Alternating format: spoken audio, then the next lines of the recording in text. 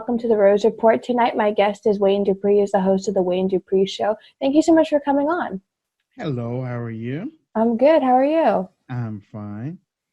I'm so glad you're here because we've had a lot of questions, especially from viewers, about the rise of alternative conservative media. A lot of people have been questioning about if Fox can sustain and what we should be doing in the future. So first of all, can you just tell us how you got into conservative media? It started when Andrew Breitbart was telling everybody to raise up their phones and become the new media and expose what the left is doing. But I think he also was saying to expose what some of the people on the right was doing in the media too, because it's all one big political machine and they all benefit from the same results, ratings. They all get paid at the same thing and they all push the same message. So with Breitbart was the one that helped me find my voice. And over the years, I've started radio shows. I've started a radio network because I couldn't get on some of the networks that were already out here. There are a lot of conservative networks out here that won't give lower voices the time of day. They won't allow them to participate. They won't promote. They won't retweet, share anything about these lower voices. So with places like Zoom and Spreaker and YouTube and different things like that, I was able to put out stuff on my own, and I would watch a lot of the major networks and see how they did 2 camera, 3 camera, 4 camera, and I would have 3 webcams up on my own, switching back and forth, almost looking like I had a crew. Yeah. That's how I really started. And that's something people don't know a lot about, that there is a lot of effort even to get people who you would think would be receptive to new voices to cover them. And I've ran into that as well. Where does that come from in the conservative world? In the liberal world, it really does seem to be, if you have a good story that can help us, we'll put you on. Why is the conservative world different in that? I would think, and this is me talking, I think so many people think that they know. It's almost like the liberals, but in a way, so many people on the conservative side think that they know what's best and how things should be done. And I left the Democratic Party in 2007. So when I came, I've seen a lot of things in 13 years now. 13 years. I've seen a lot of things, and I've seen the conservative side do a lot of things wrong. But you can't tell them that they're doing wrong because they won't accept it, because they have a lot of money behind them, and they're going to keep on doing it wrong as long as the paychecks are coming, and they don't care. But then you have people like yourself and some of these new voices up here that care, but they aren't getting the push because 9 times out of 10 you're telling the truth, but people don't want to hear it. People don't want to hear the truth. So, the corporations with the big bucks, they aren't going to, they're going to do everything they can to stifle and cover what you're talking about, or they won't pay attention to it. And then that hurts us on the low end. It does, especially on the grassroots level. I wanted to know, you've interviewed a lot of different people. I know that in my conservative generation, the gold standard is if you get on Fox. If you do that, then your career is made no matter what the show is. A lot of people say that also about Fox Business. Do you find that to be true, that most conservatives, people who are being interviewed, people in conservative media, are trying to use conservative media as a stepping stone to get to Fox?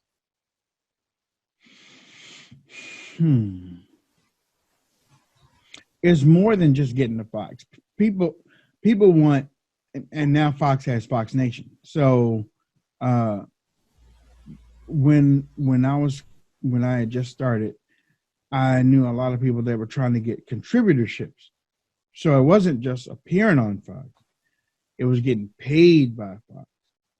So, and that's something that I never really wanted to do, because One thing that people don't realize is when you are signed by Fox, you're basically a slave. You can't do anything else. You can't go out to a certain convention meeting and speak because you have to get their approval. And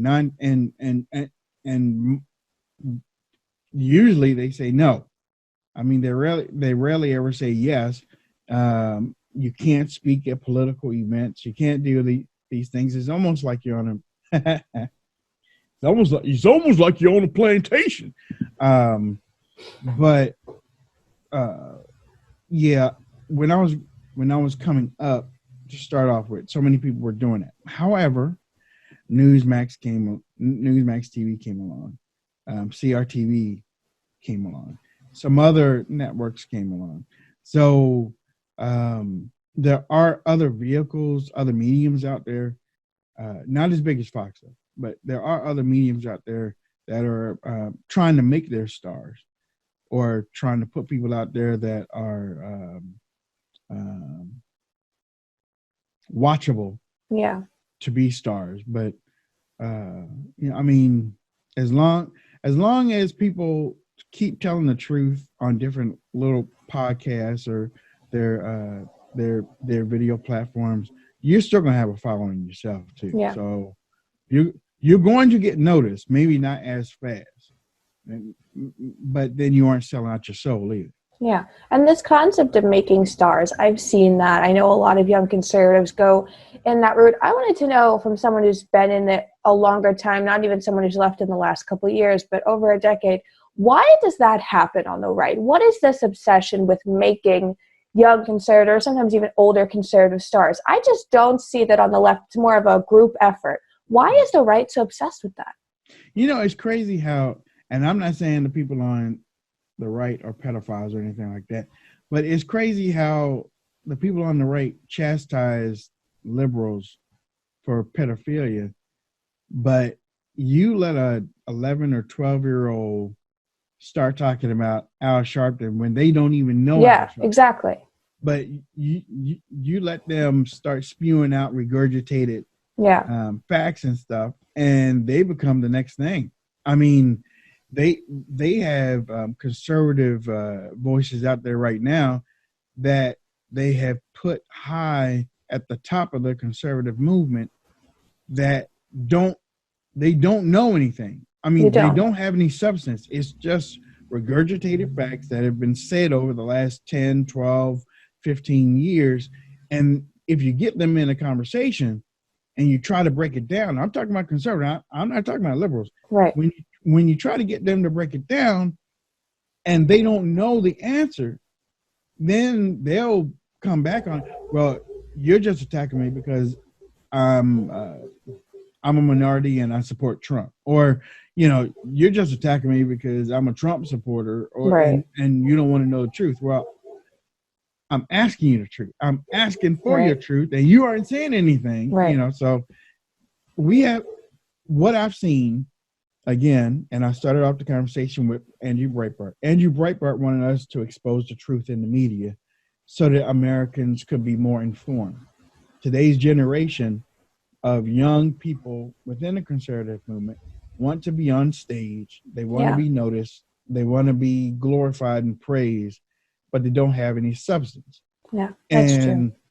They're going from conference to conference, up on stage, like performers, entertainers, but they aren't really activists because you don't see them. They'll stand on stage and tell you what needs to be done in the community, but they don't go into the community and talk to anybody. So there's a big difference. There is, and it spills over into other things, because when these people amass these huge followings, then they're entrusted with winning the youth vote for the Republican Party because they have a massive following. So adults think, well, because they have this following, they must know how to speak to young people. I wanted to know, in terms of the RNC, do you have a lot of faith in the RNC's media machine in 2020? Nope. Why is that? Because they haven't done anything yet. I mean, on my show, I tell people all the time, I'm worried about 2024. Yeah. Because when Trump leaves, the GOP, the RNC has this thing because they're raising a whole lot of money. Yeah. They're raising a whole lot of money under Trump's name on his coattails. Okay, I understand your game. I see what you're doing. But when Trump leaves, you haven't put anybody in place to carry on his legacy, or to carry, or even to learn his template and blueprint of how he did things. Now, I'm not saying that they have to be tweeting and stuff and all, but he's doing things in a certain way. Yeah. And he's holding the media accountable, and he's holding these Democrats accountable. But I don't see anybody who can do that the way he's doing it. So what happens? You go right back to establishment. Now, what scares me is the Trump Democrats. The Trump Democrats not joined, they voted for Trump because they like him and they like what he's saying. After he's gone, they didn't sign up to be Republicans. Nope. They're going right back, or either they're going to be non-voters or they're going back to their Democrat Party. And that's something that the RNC or the GOP, that's something that they haven't addressed. And I haven't seen it in 4 years. And you ask me, well, why do you say that? Because they haven't done anything. And if they don't pick it up in the next 3.5 years, we're going to find ourselves again with a political party that doesn't speak to minorities, that thinks that they can do whatever they want to do. It's almost like Fox. Fox is the #1 network, or at least that's what they say. They don't have to, but if you talk to people in the hood and you talk to minorities and stuff, they don't watch Fox. No, young people don't watch Fox. White people watch Fox. Okay, again, Fox says that they're the #1 network. If you look at MSNBC and CNN and all the other networks, they're broken up into little pieces. Yeah. If they all put themselves together into one gigantic liberal network like Fox, Fox might get beat. Right. Now, if Fox was broken up like MSNBC and CNN and whatnot, they might not be the #1 network if they were broken up. Right. So that's the way that's how I look at things from my perspective. And believe me, I'm not popular these days because I'm not in the cheerleading mode. You know, my whole psyche has changed on if things aren't, like I said, if things aren't changing in 2024, we in trouble. We are in trouble. We're in trouble. And one of the things I've seen, you obviously can't turn on TV without seeing a Bloomberg ad, and before that it was the Steyer ads. They were everywhere. But one thing that I was thinking about when that started, there was one night where I saw 6 Bloomberg ads in 2 hours. That's a huge amount of media power. And what was interesting was that they weren't about other Democrats. They were just about Trump. And this is the theme throughout 2020.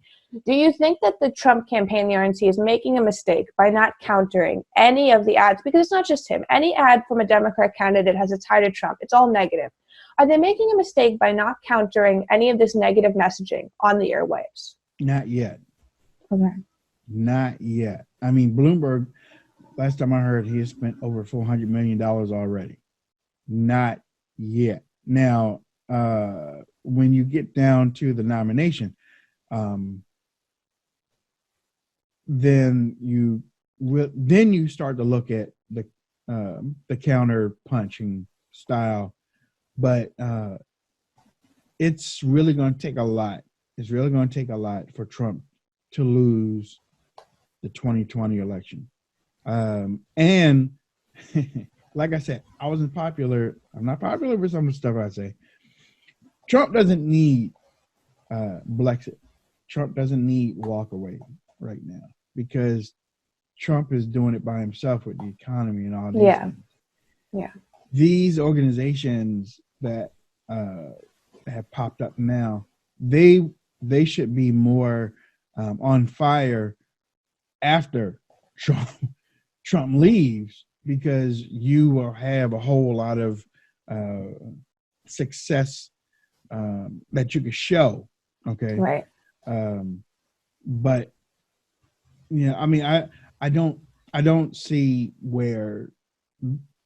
I mean, Bloomberg is trying to catch up and defeat Bernie Sanders because he doesn't want a socialist country. But that's where it stops for me because I see what he's doing, and I think he's dangerous. I do. I really believe Bloomberg is dangerous. Where a whole lot of conservative people are saying, don't worry about it. No. Yes, I do. Worry about it. I do worry about him because he is richer than Donald Trump. Yeah. But Donald Trump is more, and if you put them both up on stage, Bloomberg has a problem with his mouth. But then again, both of them do.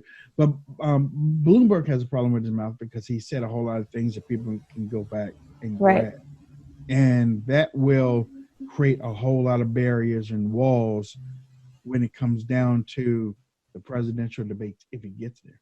Yeah. I think that's true. You mentioned pop-up organizations, and this is something that I don't think a lot of viewers are always aware of, is that these organizations, I think they think that they go through a lot of testing and they have a really great message. They really do just pop up. I've seen a lot of even smaller, young conservative ones pop up and disappear.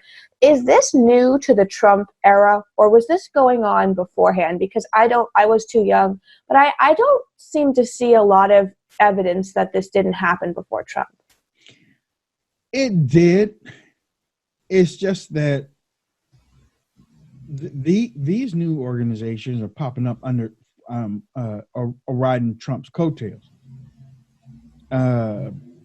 Before it was just here and there, like the Tea Party was before you and before Trump, but that pop up. And they popped up in different places, but that was a national thing, though. That was a national thing against the government and taxes. But these pop-up organizations are trying to build, well, not trying to build something. They're trying to make money off of President Trump's name and what he has done, so that they could have something for now. But whoa 2024. And I don't know if I should. Well, actually, I'm going to say this on your show, and I'm not going to be apologetic. I can't wait till 2024 comes, because these people that have used Trump's name and used his likeness to get rich or to monetize themselves are going to fall by the wayside. Yeah, they're going to find it hard to find work. And I want to sit back and laugh because and the reason why I feel that way is because they went about it the wrong way. Instead of trying to help the country, they tried to help themselves. They did. They tried to become superstars, entertainers, and all that stuff. Man, I can't wait to 2024. I'm serious. I can't. It is true. I've seen that. I dealt with that in the young conservative world. And it isn't that, we want people to suffer. It's that they have really introduced a very nasty element into the conservative world. And also specifically, I think in the young conservative world, if I questioned, or if other people like me questioned it, we were just labeled as jealous. We were not allowed to point out the fact that a lot of this is not what it seems. I mean, you've seen a lot of young people in politics. What do you think the right age to be taken seriously in politics should be? Seriously? Or to at least be listened to be trusted with a platform is? Because I've wondered that. I've seen a lot of people fall apart. Yeah. I mean,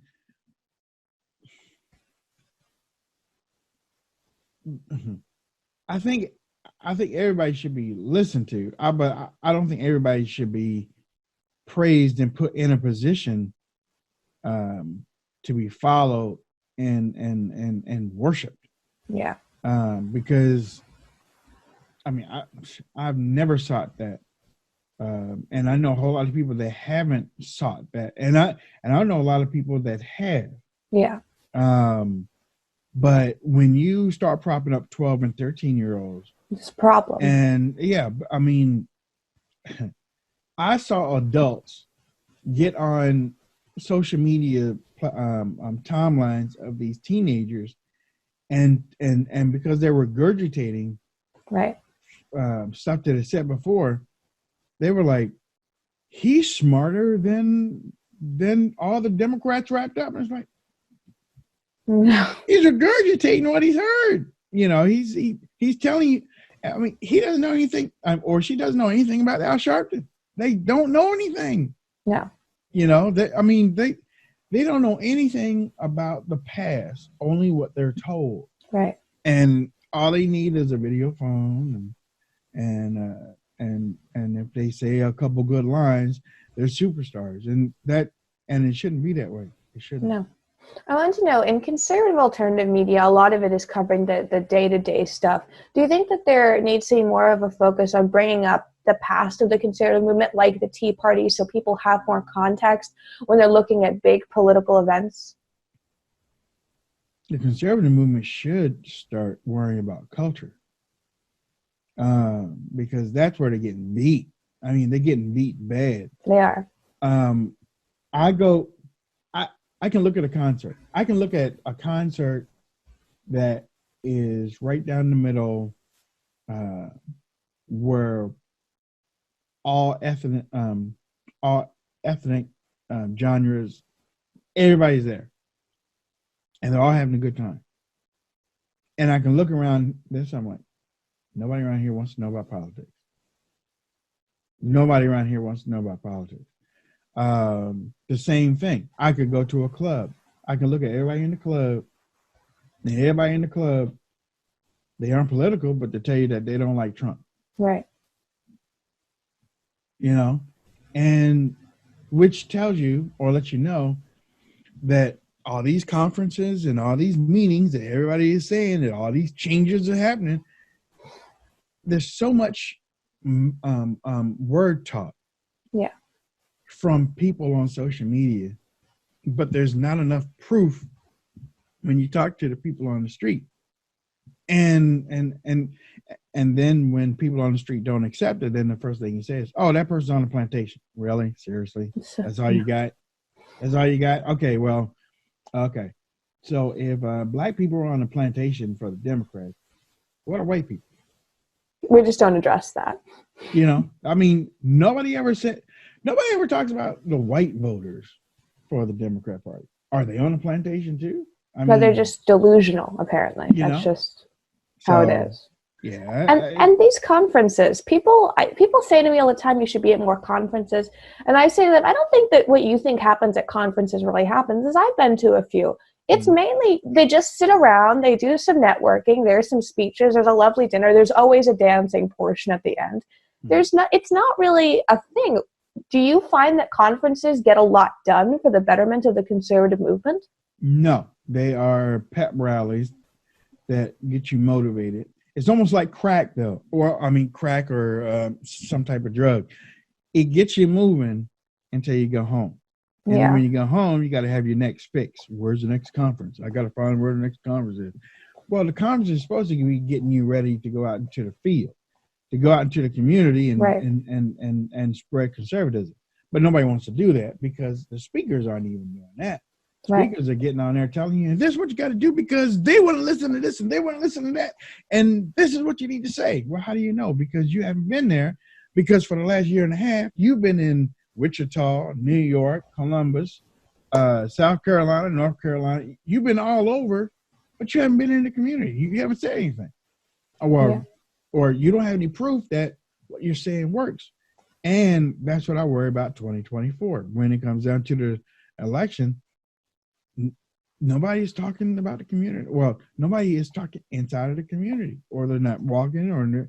And I told the former RNC chairman one time, I was like, what we need to do, with all the money that y'all are making, y'all should put some satellite offices in these urban communities and staff them with individuals of all colors so that when people walk in, they're like, what's this?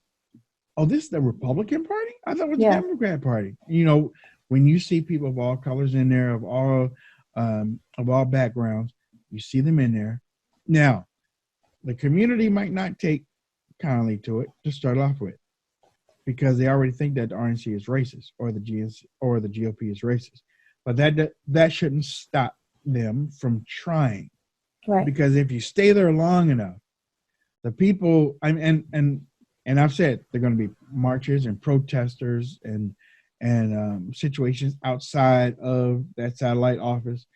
But after a while, the community is going to see how strong that you want to be there. and then they're going to start protecting you.